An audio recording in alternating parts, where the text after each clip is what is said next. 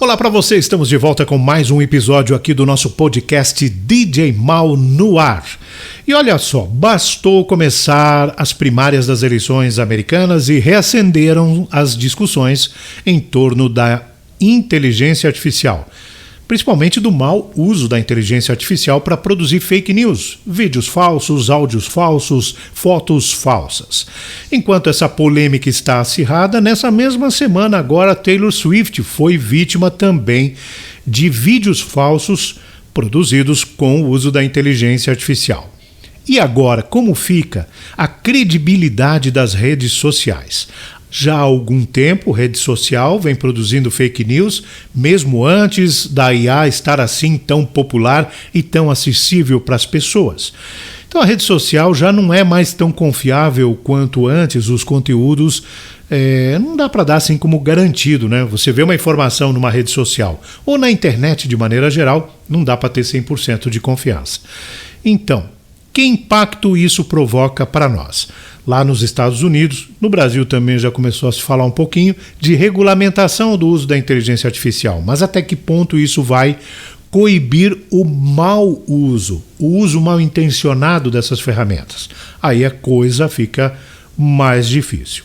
Esperamos que sim, uma regulamentação consiga controlar isso, mas acredito que isso é bastante improvável, né? Pelo menos não de uma forma abrangente o suficiente para que a gente possa ter confiança no que a gente vê na rede social. Se viu aquele vídeo do jornal da Band News, fizeram isso com o Jornal Nacional também, botaram aí, através de inteligência artificial, os âncoras desses jornais para falar, né, coisas que eles não disseram no jornal.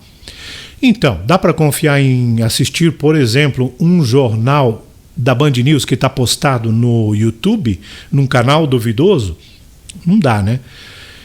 A discussão que eu gostaria de trazer aqui, mais para startar um debate, né? Eu não sou dono da verdade, vou colocar um tema aqui e vocês podem comentar aí, e quem sabe na outra semana aí eu faço uma live para comentar os comentários e para a gente trocar uma ideia mais em tempo real.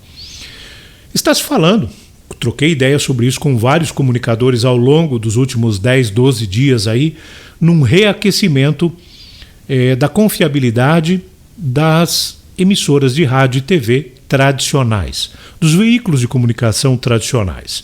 Então, esse descrédito em que a internet está caindo, que fizeram inclusive Unilever, Coca-Cola e entre outras empresas grandonas aí, a retirar os seus investimentos, por exemplo, em publicidade nas redes sociais e direcionar isso mais para outros veículos, estão mantendo alguma coisa ali no YouTube, que é um pouquinho, né, mais firme nessas questões, e voltando boa parte dos investimentos para os meios de comunicação tradicionais. O que tem de diferente, por exemplo, você vê uma notícia na internet e você vê uma notícia num meio de comunicação tradicional? Vamos tomar como exemplo a TV ou o rádio, né? Quando você toma contato com algum conteúdo na internet, ele está sendo apresentado muitas vezes por uma pessoa que você não conhece, você não sabe qual é a procedência daquela pessoa e qual é o comprometimento que ela tem com a veracidade daquilo que ela está propagando. Isso é um grande ponto de interrogação, certo? E no meio de comunicação tradicional, como isso acontece? No meio de comunicação tradicional, tem aquele profissional que se até esqueceu que existe, né? Se você é daqueles que consome só conteúdos pela internet, um profissional chamado jornalista, que tem um comprometimento legal por aquilo que ele propaga no noticiário do qual ele é responsável, do qual ele é titular, né?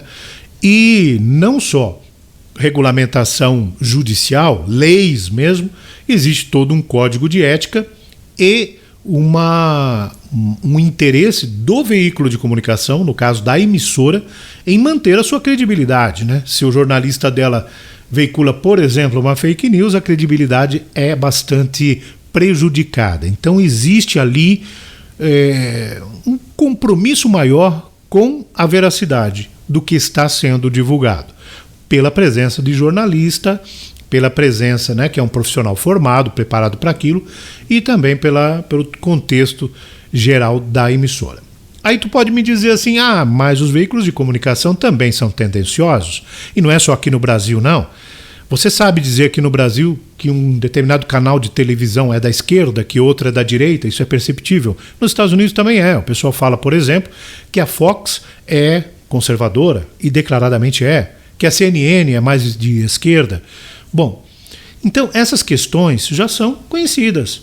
Então, claro, se você ouvir uma notícia no veículo de comunicação de esquerda, ou ouvir a mesma naquele veículo de comunicação que está mais para a direita, né? O que acontece? As notícias são dadas de um jeitinho um pouco diferente, né? Puxando para cá ou para lá. Mas o fato que está sendo anunciado é o mesmo. Então você consegue fazer o contrapeso, né? Você já sabe, você não é bobo, você já sabe que tem que dar ali um descontinho e tal. Mas na internet você não tem esse conhecimento. Na internet você não tem como filtrar. Você não tem parâmetro para filtragem. E isso torna também, mais uma vez, né? Se transforma em mais um motivo para você duvidar um pouco dos conteúdos que estão online. A não ser que tenha origem numa procedência muito conhecida, mas mesmo assim, agora a inteligência artificial derruba esse argumento, porque será que é o cara falando de verdade? Numa rede de TV, numa rádio, né, isso é mais difícil de acontecer, pelos motivos que eu já relacionei anteriormente. Aquela coisa do comprometimento e da regulamentação que existe. Então eu vou finalizar esse episódio deixando essa pergunta para você.